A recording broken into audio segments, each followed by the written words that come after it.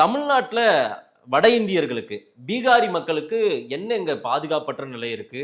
இங்க ஒரு தாக்குதல் நடக்கதாகவும், அதே போல இங்க வந்து அவங்க வந்து அச்சத்தின் பிடியில் இருப்பதாகவும், ஒரு பாதுகாப்பு இல்லாத நிலையில் இருப்பதாகவும் பீகார் தேர்தல் பிரச்சாரத்துல மோடியே பேசுறாரு.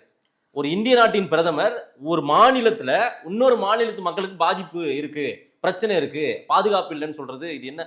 அது அப்படின்னா நீங்க தான் பாதுகாப்பற்ற நிலையில வச்சிருக்கீங்க இந்த நாட்டை. அதாவது இந்தியா என்பது இப்போ இப்போ மாதேஷ் வந்து இந்தியாவில் எந்த பகுதியில் வேண்டுமானாலும் போய் தொழில் செய்யலாம், சரி.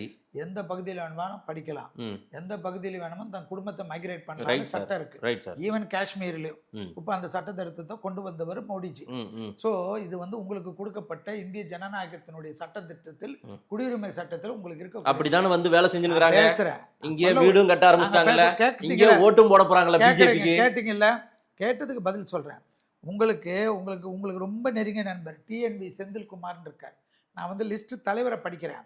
டிஎன்வி செந்தில்குமார் திமுக எம்பி, பழைய எம்பி, தருமபுரி எம்பி. இருக்கட்டுங்க. ம். ம். இந்த நாடாளுமன்றத்தில் பேசுகையில் இந்தி மாநிலங்கள் கோமூத்திர மாநிலங்கள்னு பேசுனது யாரு?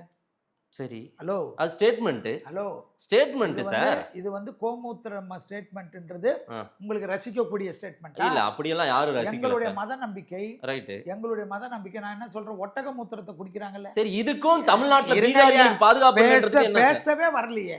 நான் என்ன கேட்குறேன், இந்த லெவல்ல ஒரு நார்த் இந்தியன்ஸை பார்த்தா இவ்வளோ கேவலமா டிஎம் அன்பரசன் இருக்கார், திமுக அமைச்சர், வட இந்தியர்கள் பன்றி போல பெருகுகின்றனர் என்று அவமானகரமாக பேசுறார். யாரு சார்? அவரு நான் ஒரு பேசுறேன். கிராமத்து மொழி நடையில இங்க இவ்வளவு கூட்டம் வந்துட்டு சேர்ந்துட்டாங்கன்றாரு. உங்க வீட்டுல இருக்கிறவங்கள பத்தி நாங்க யாராவது வெளியில இருந்து பேசினா இது கிராமத்து மொழியில இருந்தா ஒத்துப்பீங்களா? தமிழ்நாட்டுல இருக்கவங்கள பத்தி வட இந்தியர்கள் பேசுனாங்கன்னு வச்சுக்கோங்க சார், இதெல்லாம் ஒரு ஸ்டேட்மெண்ட் சார்.